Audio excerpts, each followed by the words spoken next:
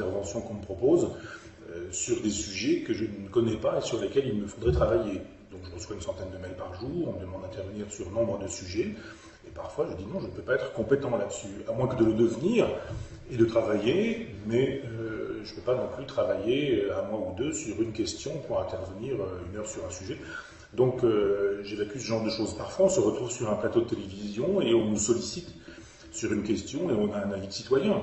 Pas forcément un avis extrêmement compétent, mais un avis de citoyen, et on a toujours le tort de répondre, même quand on n'est pas très informé. Je pense que parfois il faudrait suspendre son jugement et dire sur ce sujet, je n'en sais pas assez pour pouvoir vous faire une réponse autre que celle du citoyen de base. Vous reliez nécessairement la définition de l'intellectuel selon vos voeux à une forme d'engagement politique ou non? Oui, parce que je pense qu'à chaque fois qu'on parle de l'intellectuel, c'est dans des perspectives politiques.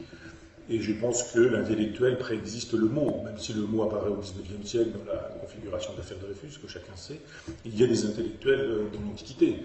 Et je pense qu'il y a au moins deux façons d'être intellectuel à l'endroit du pouvoir.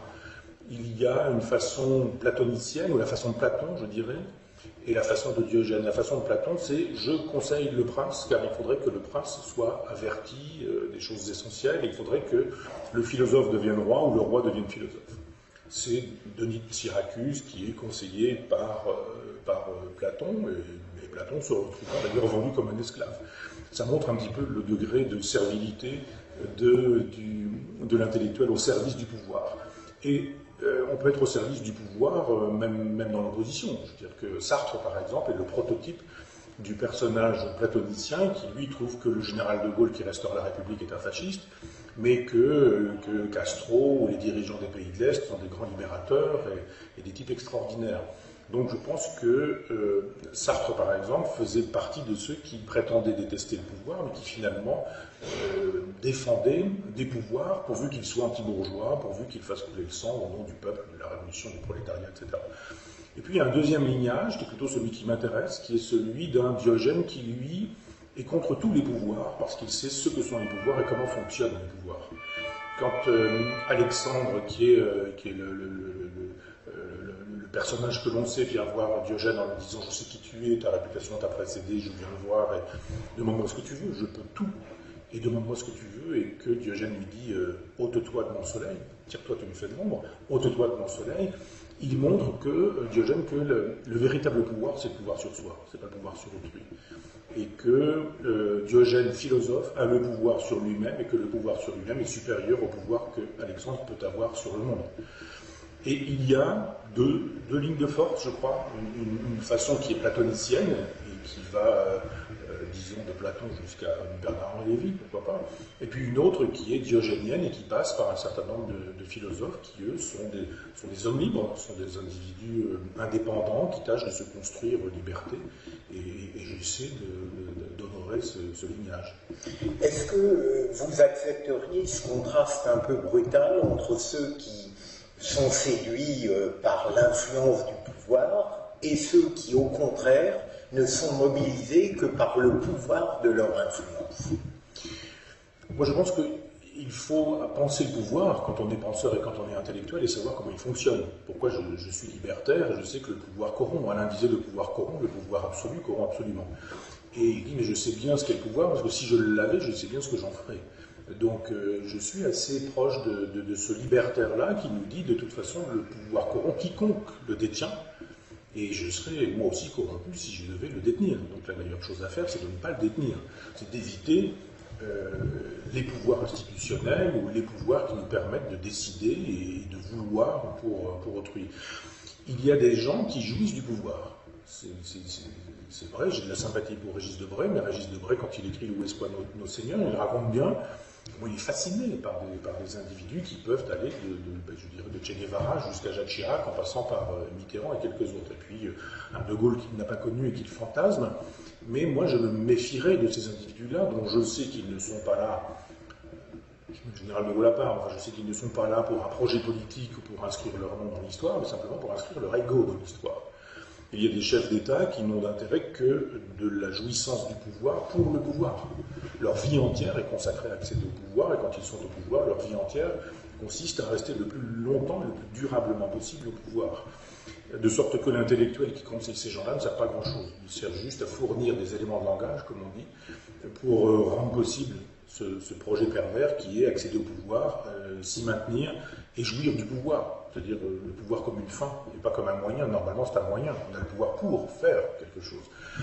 C'est Eusèbe de Césarée qui invente ça avec Constantin. C'est le personnage qui fournit des éléments de langage à l'homme de pouvoir en lui disant on dit ceci, on dit cela, on communique de telle manière, on fabrique des mythes et des mythologies. Cela ne m'intéresse pas. Le philosophe qui tourne autour du pouvoir, fasciné en pensant que le prince deviendra philosophe, se trompe. C'est un oxymore, philosophe roi et roi philosophe. Quand on est philosophe, on n'est pas roi, et quand on est roi, si on était philosophe, on ne l'est plus. Donc il faut penser dans ces termes-là et puis se dire que la philosophie est ailleurs, comme un contre-pouvoir, comme un pouvoir du contre-pouvoir, comme l'exercice d'une puissance qui n'est pas un pouvoir, et puis comme une espèce d'occasion de dire que la morale existe, qu'autre chose que le pouvoir existe, que des vertus ça existe et qu'on doit pouvoir les honorer et les vouloir. Vous avez une conception infiniment pessimiste du pouvoir en tant que tel, je vous l'ai entendu développer dans une autre émission.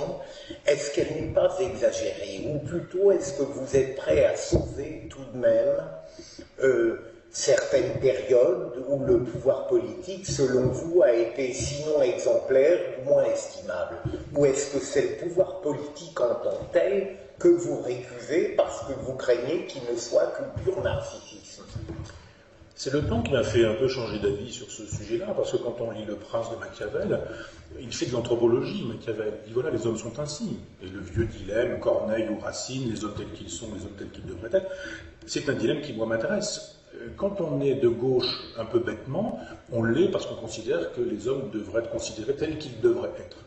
Et s'ils ne sont pas ce qu'ils sont, c'est de la faute à la société.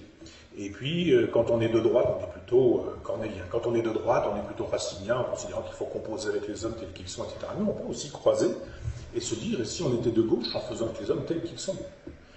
Et l'anthropologie nous permet de savoir comment les gens fonctionnent, comment fonctionnent, puis l'éthologie aussi, surtout. Nous sommes des mammifères, et on voit bien comment les individus jouissent du pouvoir, de l'exercice du pouvoir, de la domination, de la puissance. Et je crois que c'est pas être pessimiste de le savoir et de le dire, c'est être tragique. L'optimiste voit le meilleur partout, le pessimiste voit le pire partout, le tragique tâche de voir le réel tel qu'il est. Et je pense qu'il y a dans l'exercice du pouvoir la preuve que souvent les gens ne sont pas là pour changer les choses, voir le monde autrement, mais simplement jouir des ors, jouir des voitures puissantes, jouir de tout ce qui s'arrête, des feux qui deviennent rouges pour laisser passer la caravane présidentielle. J'ai eu l'occasion une fois de voir le convoi de Mitterrand allant, j'étais dans un taxi, il y avait un blocage total et on voyait passer sous le pont le cortège de Mitterrand qui allait inaugurer la bibliothèque nationale, la bibliothèque François Mitterrand, et il y avait là une espèce de puissance dont je conçois qu'elle ne laisse pas indemne celui qui en est l'incarnation. Donc c'est pas être pessimiste que de savoir, et on le sait bien, que quand on a du pouvoir, on en fait souvent un mauvais exercice, et on en fait un bon exercice que quand les contre-pouvoirs sont là pour nous rappeler qu'on n'a pas le pouvoir pour le pouvoir, comme une fin en soi, mais qu'on a le pouvoir pour en faire quelque chose, et que souvent on a été élu d'ailleurs, non pas pour le pouvoir, mais pour faire quelque chose de ce pouvoir. Il n'y aurait pas d'exception dans votre vision, il n'y a pas d'exemple qui vous permettrait en totale sincérité de démentir cette vision-là, Si, qui est réaliste, pessimiste. Oui, mais des figures oui, qui échappent à ça, je pense, et des grandes figures, des grands hommes. On a récemment parlé de Cincinnatus, Bourg en l'occurrence, qui est loin d'être Cincinnatus, mais c'est un personnage qui m'intéresse, cette façon de dire je viens pour servir la République, pour sauver la République, et quand la République est sauvée, je fais mon travail, je retourne à ma charrue. Il y a des individus ou Spartacus, mais en même temps on sait comment ça s'est terminé. Le général de Gaulle, donc je pense qu'il y a plusieurs périodes dans son existence, mais qui, le jour du 18 juin, ne fait pas ça pour être président de la Ve République. Il le fait parce qu'il croit qu'il faut le faire, qu'il y a le devoir de faire ce genre de choses. Donc il y a dans l'histoire des individus qui ont la névrose de l'histoire, je dirais, ce que Hegel appellerait le grand homme, c'est-à-dire celui qui fait l'histoire, mais qui surtout est fait par l'histoire, parce que son discours coïncide avec le zeitgeist, je ne vais pas faire le malin, mais je veux dire l'esprit du temps, il n'y a pas de mot pour ça, mais il y a parfois des grands hommes qui sont capables, dans l'histoire, de penser qu'ils sont moins que ce qu'ils sont et que leurs idées sont plus que ce qu'ils sont. Les grands héros de la République romaine, par exemple, auxquels je crois. Et donc il y a des subjectivités, il y a des individualités, mais ce sont des exceptions qui ne confirment pas la règle. Vous croyez alors à la force de la personnalité dans l'histoire? Est-ce que ça n'est pas quelque chose qui relève un petit peu d'une vision de droite, là? Vous avez raison, parce que pendant très longtemps, et aujourd'hui encore, le logiciel marxiste fait la loi chez les non-marxistes, ce sont les masses qui font l'histoire.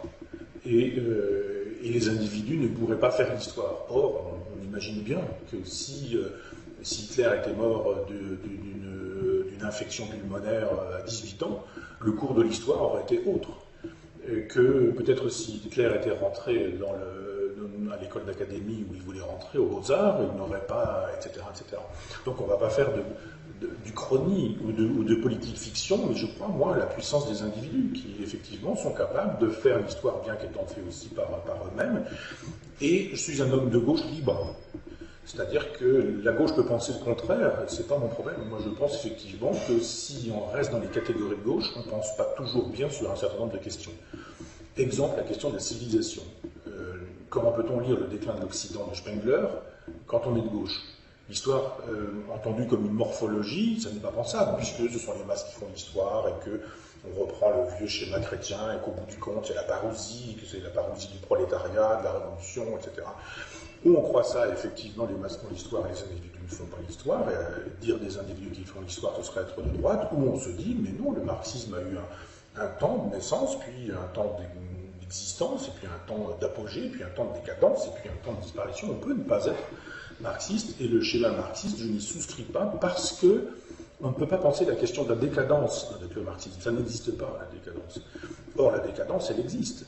Depuis Hésiode jusqu'à aujourd'hui, il y a eu, jusqu'à Spengler, on n'a pas beaucoup de théoriciens de la décadence aujourd'hui, mais il y a eu des gens qui ont pensé les mouvements de l'histoire et qui ont vu effectivement que la décadence a existé. Les civilisations, on le sait, on cite abondamment Valéry en disant nous autres civilisations savent que nous sommes mortels, mais on ne tire pas la conclusion que si les civilisations sont mortelles, elles peuvent être mourantes, et que nous sommes dans une civilisation mourante. Comment peut-on penser cette civilisation mourante qui est la nôtre quand on est enfermé dans les catégories de la gauche, d'une certaine gauche? On ne peut pas.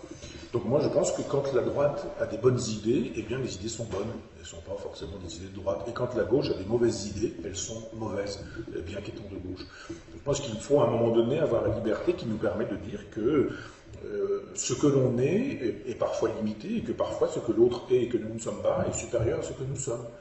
Pour le dire plus concrètement, moi, quand je suis athée, je préfère un chrétien intelligent à un athée débile. Moi qui suis de gauche, je préfère un homme de droite intelligent à un homme de gauche débile.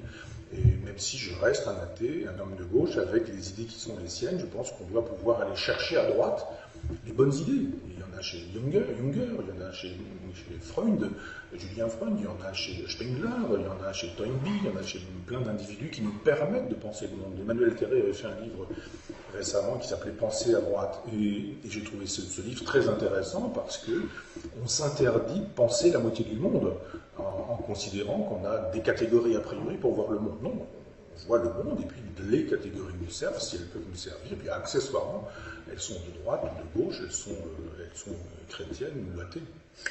Vous n'avez jamais été marxiste. Non. Ce que vous dites là, vous l'avez toujours pensé sur la nécessité de n'avoir pas de guerre, d'aller puiser à droite ou à gauche avec intelligence et liberté? Non. Je ne vais pas dire que je n'ai pas toujours été intelligent, ça voudrait dire que je le suis. Mais ça me paraît normal qu'à 17 ans, on n'ait pas l'esprit critique ni la culture qui nous permet de penser librement. Donc on est dans une famille, et puis c'est agréable d'être dans une famille. À gauche, on pense ça. On est contre la peine de mort, on est féministe, on est écologiste, on est pour la morale, et puis les autres en face, ils sont méchants, et puis etc. Donc oui, à 17 ans, j'étais pas marxiste, mais j'étais libertaire, ce que je suis toujours. J'essaie d'être un homme libre, à gauche. Et j'ai été, moi aussi, contaminé par l'idéologie qui dispense de penser, et puis l'idéologie qui fait qu'on n'est pas tout seul, on est en troupeau. Et Et quand on est dans un troupeau, c'est bien parce qu'on a des gens qui nous aident, on a des tribus, on a des individus qui nous envoient des ascenseurs, qui nous renvoient des ascenseurs. Moi, ça n'a jamais été vraiment mon cas. Mais il y a juste un moment où on se dit, mais qu'est-ce que c'est que cette façon de faire qui fait que, indépendamment de l'exercice de la pensée, je devrais déjà avoir une idée, parce qu'à gauche, on est pour la théorie du genre, par exemple, et qu'à droite, on est contre. Non, je trouve très bien qu'on puisse dire, mais à droite, ils pensent ce qu'ils veulent, à gauche, ils pensent ce qu'ils veulent, mais moi, je pense ça. Et Nietzsche dit qu'il faut se créer liberté. Et de fait, il a raison, on n'est pas libre du verbe naître et du verbe être, on le devient. Et je ne suis pas devenu libre, encore qu'il me faudrait encore travailler pour l'être plus et mieux, mais je l'étais moins quand j'avais 17 ans, quand j'avais 20 ans, quand j'avais 30 ans. Et il y a un moment où, quand, naïf comme je l'étais, on arrive en publiant des livres à Paris, qu'on a des critiques, et on se dit, mais pourquoi on écrit ça sur ce livre que je n'ai pas écrit? Puis après, on comprend dans quel monde on est, et comment les gens se réclament de la gauche sans être de gauche, ou du christianisme sans être chrétien. Moi, ce que je reproche aux chrétiens, c'est de ne pas être chrétien. Ce que je reproche aux gens de gauche, c'est de ne pas être de gauche, c'est-à-dire de ne pas partager, de ne pas être fraternel, de ne pas dire, ben voilà, mon argent, je vais le partager, je vais le donner, je vais l'utiliser à certaines causes, etc. Je dis, mais vous qui êtes de gauche, vous faites quoi pour pouvoir dire que votre vie est de gauche? Vous qui êtes chrétien, quand l'êtes-vous? J'ai des chrétiens qui, moi, me font des menaces de mort, ou me traitent de tous les noms. J'ai reçu une lettre d'un curé l'autre jour qui était extrêmement insultante, mais je me dis, pourquoi il veut me donner raison, ce monsieur qui est curé, en montrant qu'effectivement sa religion est impossible à vivre. Donc ce sont des idées qu'on ne peut avoir que le temps passant, et que quand on travaille, quand on réfléchit, quand on passe l'histoire de la philosophie, l'histoire tout court à la moulinette, et qu'on découvre les leçons d'histoire. Tout le monde dit il faut connaître le passé pour que ça ne se reproduise pas, etc. On connaît le passé, puis ça se reproduit quand même. Moi, je souhaite tirer les leçons de l'histoire en disant que j'ai compris que l'exercice de la liberté était probablement périlleux, mais tellement jubilatoire. On est seul, mais en même temps, c'est quelque chose qu'on ne comprend que tard dans la vie, et que certains parfois probablement ne comprennent pas. Mais je veux dire que la gauche m'a aidé à me défaire de ça, parce que j'y ai été beaucoup brocardé. Je suis régulièrement maltraité dans les journaux de gauche et ignoré par les journaux de droite. Je dis, peu importe, le problème n'est pas là. Moi, je sais ce que je fais, comment je pense, comment je travaille, et c'est ça qui est le plus important pour moi, ma conscience. Libertarisme et gauche, vous avez indiqué, et je le comprends bien, à quel point vous êtes presque affamé de liberté.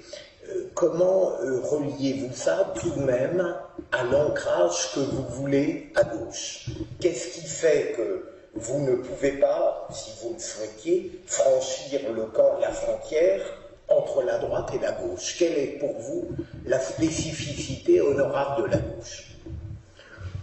Théoriquement, le souci du peuple. L'incapacité, théoriquement encore, à oublier le peuple. C'est-à-dire que c'est la gauche qui sort les enfants des mines pour les mettre à l'école.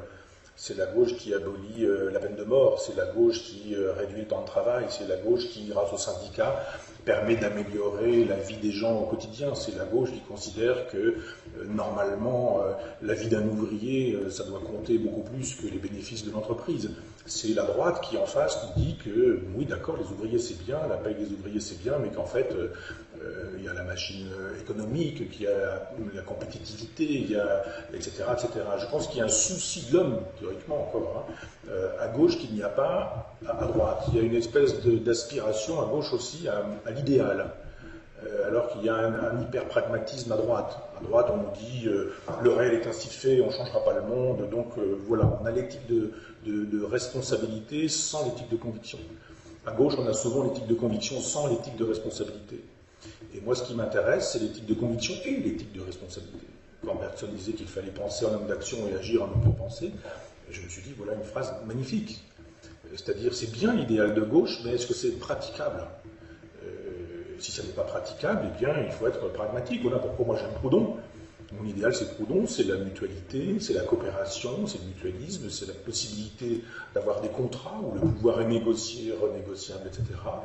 Et pourquoi, en face, à droite, je pense qu'il y a un cynisme, il y a un culte de l'argent, il y a une espèce de célébration du libéralisme comme horizon indépassable. Voilà pourquoi, pour moi, une grande partie de la gauche est de droite. Et pourquoi parfois une partie de la droite est de gauche. espèce de façon un chiasme qui fait qu'aujourd'hui, quand on a le souci du peuple, quand on a le souci du salaire moyen, quand on apprend qu'aujourd'hui un nombre considérable de gens vivent avec 5 euros par jour pour manger, ça n'est jamais à droite qui se soucie de ces gens-là. Jamais on dira, mais c'est inadmissible que de notre civilisation, où il y a de la dépense, du gâchis, où les gens se comportent comme ils se comportent, il y ait des gens qui doivent vivre avec 5 euros par jour. Normalement, c'est la gauche qui s'occupe de ces gens-là en disant c'est inadmissible, ça ne doit pas avoir lieu, il faut faire des choses pour ces gens-là. C'est donc ma famille, malgré moi, pour parodier un peu Camus, en disant oui, c'est effectivement l'endroit où on a le souci des pauvres, des oubliés, des ouvriers, des gens modestes. Et quand c'est la droite qui a ce souci-là, moi la droite me convient. C'est-à-dire quand c'était le général de Gaulle, ça m'allait. Et je préférais par exemple un Philippe Séguin qui avait la fibre gaulliste et sociale au RPR, à Rocard ou à l'aile droite du Parti Socialiste qui nous disait moderniser la technique, la compétitivité européenne, etc. etc. Donc j'aime le peuple, j'en viens, j'espère lui être fidèle, et je pense que souvent la droite maltraite le peuple. Et normalement, théoriquement, la gauche devrait se soucier du peuple, même si dans l'histoire, nombre de gauches ont maltraité le peuple. La gauche, finalement, est du côté des vaincus de la vie, non? C'est ce que je crois comprendre. Oui, on a absolument raison. C'est une bonne synthèse. Je crois effectivement que les victimes du libéralisme, personne ne pense à elles, et moi j'ai ce souci-là. Et je ne pense pas qu'avec les appareils, avec les histoires de partis, les gens qui parlent à gauche aujourd'hui soient vraiment soucieux de ce petit peuple-là.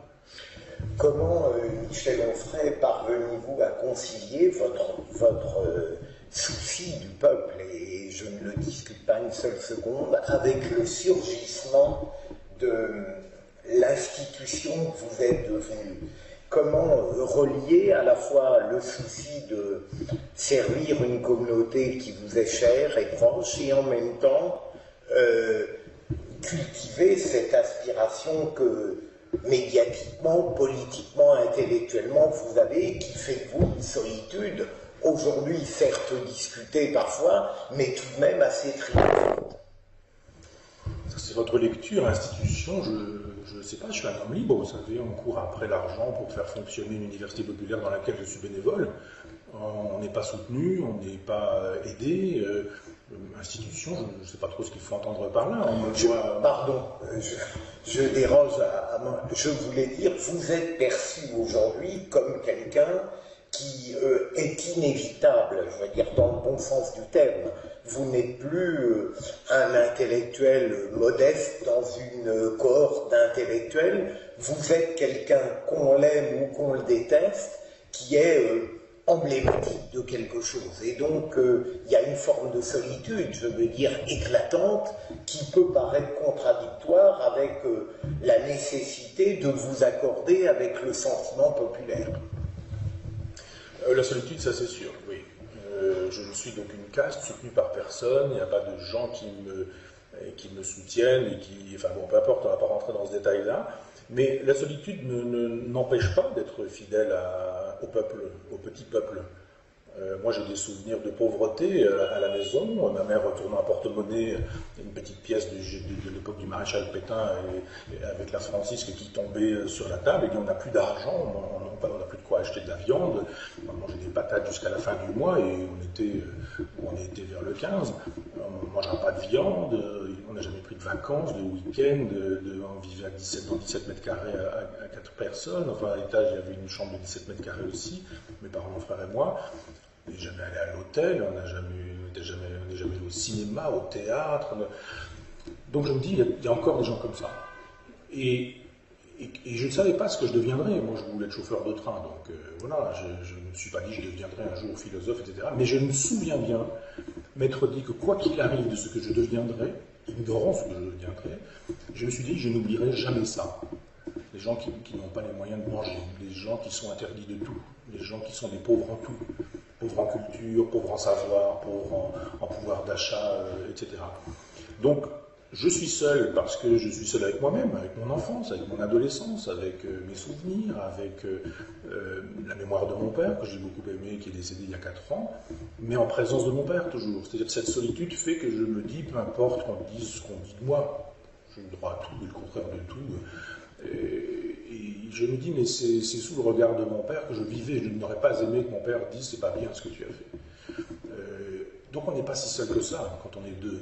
Et que même quand l'autre est mort, il y a là quelqu'un qui compte comme un homme de droiture, de rectitude et de morale. Alors il y a la solitude, mais en même temps, j'aime bien Cyrano de Bergerac. Moi je trouve que le panache c'est intéressant, que le bateau coule, mais qu'il faut... il faut, alors que le bateau coule, faire ce à quoi on croit, même si ce n'est pas nécessaire parce que ça ne changera pas grand-chose au monde, mais se dire, au moins par mois, il n'y aura pas eu d'augmentation de la négativité, du mal, de la méchanceté, et j'aurais fait ce que j'ai pu, et si chacun avait fait dans son coin ce qu'il a pu, peut-être que les choses auraient pu se passer autrement. Donc solitude oui, mais en même temps ça n'interdit pas qu'on partage avec ceux qui ne sont plus là et qui ont compté pour nous, et qu'on se dise, je reçois une centaine de mails par jour, et Dorothée qui m'accompagne dans cette aventure autant, et on répond à chacun, et je sais qu'il y a des gens qui me disent, je vous ai écouté, je vous ai entendu, j'ai lu un livre, 2 livres, 3 livres, ça m'a changé ma vie, etc.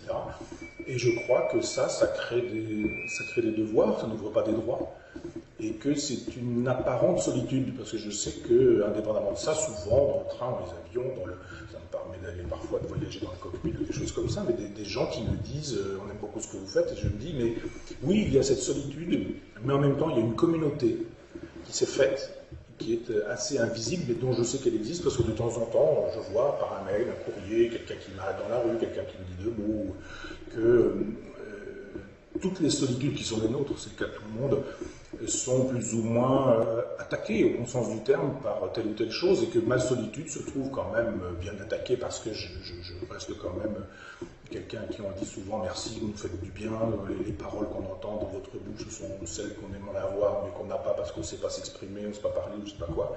Et je me dis alors que je n'ai peut-être pas trop démérité dans ce projet que j'ai eu, projet originaire existentiel, aurait dit Sartre, mais ce projet que j'ai eu de me dire n'oublie pas d'où tu viens.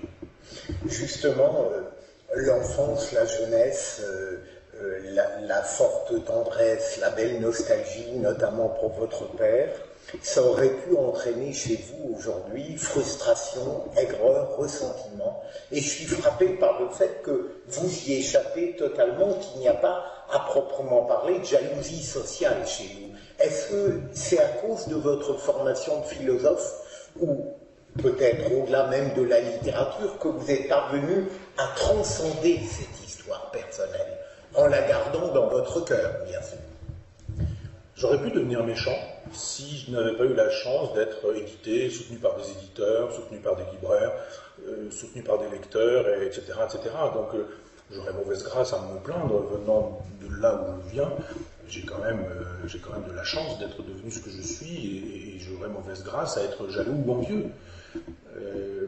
Je n'ai jamais effectivement envié quelqu'un en disant je voudrais être lui, ou il a ça et c'est quelque chose qu'il m'a pris. Mon modèle n'est pas chez autrui. Je ne suis pas soucieux d'autrui. Si quelqu'un est riche, ça ne me gêne pas. Si quelqu'un est pauvre, ça me gêne. Si quelqu'un a du pouvoir, de la puissance, très bien pour lui. Mais moi j'ai refusé plein de postes où il y avait du pouvoir et de la puissance parce que ça ne m'intéressait pas et j'en fais pas forcément état, c'est pas intéressant, après ça devient de l'affectation et dire qu'on est modeste n'est pas modeste, est un fait d'immodestie. Donc ça c'est mon affaire, et moi je sais que dans mon existence, ça n'est pas autrui qui est la mesure de moi-même. Et donc en ce sens, autrui n'étant pas la mesure de moi-même, il n'y a aucune raison que je jalouse, que j'envie, etc. Mais je dois avouer que quand j'étais jeune auteur, quand j'écrivais des livres qui n'étaient pas publiés, que je les envoyais, qu'on me renvoyait des lettres en me disant les choses habituelles, j'ai expérimenté le ressentiment en me disant mais pourquoi eux, pourquoi pas moi? Et je me suis dit mais ce sont 2 choses différentes. Je dis mais pourquoi pas moi c'est une chose, mais pourquoi eux? Eux ne sont ni coupables, ni responsables, ni ceci, ni cela. Et j'ai pu ressentir, j'avais 22, 23 ans, quelque chose comme ça, une espèce d'injustice. Et j'ai touché du doigt quand même cette espèce de passion triste qui est la jalousie, l'envie. Ça m'a jamais rendu méchant, j'ose espérer, mais combatif, mais pas méchant. je pense pas être dans le ressentiment, mais je suis dans la mémoire. Je pense que le ressentiment, c'est la mémoire dont on ne sait pas se défaire, c'est la mémoire dont on ne sait que faire. Et j'aime avoir la mémoire de mon passé, mais je ne vais pas être jaloux ou envieux des trajets des autres. L'important, c'est son trajet. On ne réussit pas son trajet en jalousant le trajet des autres. Est-ce que, au fond, vous avez, comment dirais-je, votre carrière, si j'ose ce terme, a réellement démarré sur le plan éditorial, je crois, avec le traité de la théologie que vous avez écrit. Est-ce que ce que vous avez écrit là, ce que vous avez pensé, est-ce que ça vient surtout d'une réflexion philosophique ou bien est-ce que les expériences de votre vie, et notamment je crois que vous avez été professeur pendant quelque temps dans une école catholique, est-ce que c'est ce mélange-là qui a conduit Michel Onfray à écrire ce livre-là, ce traité? Non, parce que quand Jean-Marie Le Pen est arrivé, au pouvoir, au deuxième tour des présidentielles, je me suis dit, il y a quelque chose à faire quand même pour empêcher ce genre de choses, mais pas dans la haine, pas dans le mépris. Les intellectuels qui avaient renoncé à la gauche et qui avaient fait monter le Front National pour des raisons politiciennes se retrouver avec ce genre de choses. J'ai dit, vous êtes un peu responsable et coupable. Moi, je ne me sens pas responsable ou coupable parce que ça fait des années que je dis que la gauche a renoncé à être de gauche et que quand on n'a plus le souci du peuple, le peuple il va vers celui qui dit moi j'ai le souci de vous. Donc ce qui me gêne, c'est pas le Front National, c'est ce qui rend possible le Front National. Et quand j'ai créé l'université populaire, je me suis dit, bon, moi, j'ai pas eu envie d'être prof de fac. On me l'a proposé, quand j'ai soutenu ma thèse, ma directrice de thèse me l'a proposé. J'étais prof dans un lycée technique privé, et je suis resté 20 ans dans ce lycée où j'étais payé par l'État, où j'enseignais les programmes d'État, et où j'étais inspecté par un inspecteur d'État, et où on m'a jamais demandé de faire du catéchisme en cours. Et j'ai démarré cette université populaire en me disant, je ne fais pas ce qui se fait à l'université, mais je veux faire autre chose. Et je me suis dit, une espèce de contre-histoire, des philosophes qu'on n'enseigne pas, ou des philosophes qui, quand on les enseigne, se trouvent mal enseignés parce qu'il y a des strates depuis des années de gens qui se sont glosés et qui ont entre-glosé et on ne va plus voir les textes, et je me suis proposé ça comme méthode. J'ai démarré, vous pourrez regarder chronologiquement, ça certifie, ça illustre ce que je dis, c'est-à-dire j'ai démarré avec les présocratiques, et puis j'ai avancé. Et puis il y a des moments où, dans l'histoire, je me suis trouvé avec des blocs d'histoire qui sont devenus des choses de plus en plus importantes, c'est-à-dire la fin du monde antique, la naissance du christianisme. Je me dis, il faut faire rentrer ça dans mon cours, et puis d'un seul coup, ça devient un truc de plus en plus important, et je me dis, bon, je ne peux pas faire un cours entier là-dessus, et je développe, ça devient un livre. Et je présente ça à mon éditeur qui me dit, l'athéisme, ça va bien, ça sent l'eau bénite, la Troisième République, c'est pas la peine, c'est pas porteur, si on te dit non, tu iras le faire ailleurs, donc fais-le ici. C'est-à-dire qu'il y a eu beaucoup d'enthousiasme chez l'éditeur de ce livre, et j'ai fait ce livre, vous avez raison, ça a été un succès livré. Alors là a commencé effectivement la haine, la méchanceté, la calomnie. Je pensais, la vie catholique disait que j'étais le penseur, le maître à penser du Front National, de la Nouvelle Droite, d'Alain de Benoît, enfin bon, et plein d'autres choses, menaces de mort, enfin bon. Et puis j'ai continué. Et quand j'ai écrit des choses sur les gnostiques licencieux que personne ne connaissait, ou les frères et sœurs du libre esprit que personne ne connaissait, personne ne s'est excité là-dessus. Puis j'ai continué.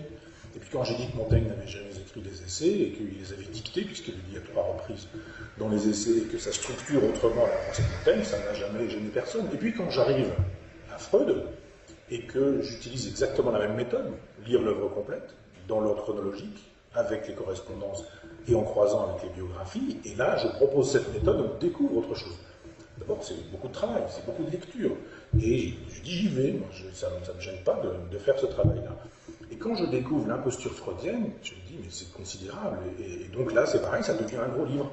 Et il y a eu donc le traité de la théologie, il y a eu le livre sur Freud, puis il y a eu le livre sur Camus, parce que je voulais faire un petit texte sur Camus et la politique, et puis j'ai découvert les vilainies de Sartre, écrire dans des journaux collaborationnistes en 1941, puis en 1944, Piston et Simone de Beauvoir pour travailler à Radio Vichy, ces gens-là qui sont des consciences de la gauche, le pacte germano-soviétique qui fait que les communistes sont pendant 2 ans main liée avec la politique d'occupation, Guy Moquet qui distribue des tracts pacifistes dans le sens collaborationniste et pas de résistance, qui se trouve fusillé plus tard comme otage, mais pas comme résistant, enfin toute cette espèce de mythologie. que j'intègre dans mon Camus, et hop, d'un seul coup, polémique sur Camus, les Sartriens y vont, etc. Donc les chrétiens y sont allés, les freudiens y sont allés, les Sartriens y sont allés, ça fait du monde. Et à chaque fois, ça fait du buzz, comme on dit. Et là, quand je parle de mon livre sur Sade, on me dit, alors c'est qui la prochaine victime? Et je dis, mais pourquoi victime? Je vous ferai remarquer que dans cette contre-histoire de la littérature, j'ai écrit un livre sur Cervantes, vous ne m'avez jamais invité.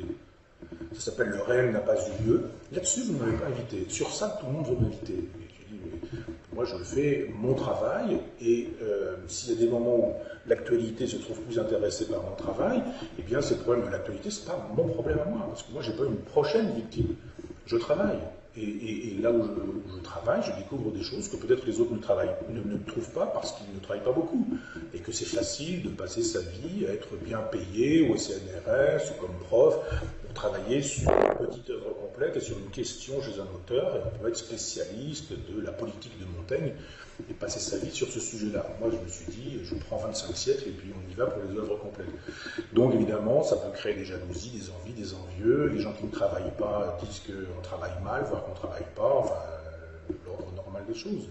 Mais est-ce que, précisément, votre souci de lucidité, de vérité, d'aborder l'œuvre complète, créer les livres que vous avez cités, est-ce qu'il n'y a pas tout de même, Michel Onfray, au fond de vous, une exigence de provocation, parfois d'ailleurs utile? Est-ce que vous n'avez pas l'envie d'être un iconoclaste dans un monde qui finalement est très conformiste, même dans le milieu intellectuel? Est-ce qu'il n'y a pas peut-être cette légère tentation de prendre assez systématiquement le contre-pied, notamment au sujet de gloire que vous estimez usurpée? Non, je vous redis que j'ai fait une vingtaine de livres aux éditions Galilée, j'ai fait une dizaine de livres sur des peintres contemporains, des artistes vivants, dont je dis du bien, et jamais on a fait un seul article dans la presse. Jamais je n'ai été invité dans une grande émission pour parler d'Ernest Pignon-Ernest, de Valerio Adami, de Vladimir Velikovic, des gens sur lesquels j'ai écrit des livres, Garouste, etc. Parce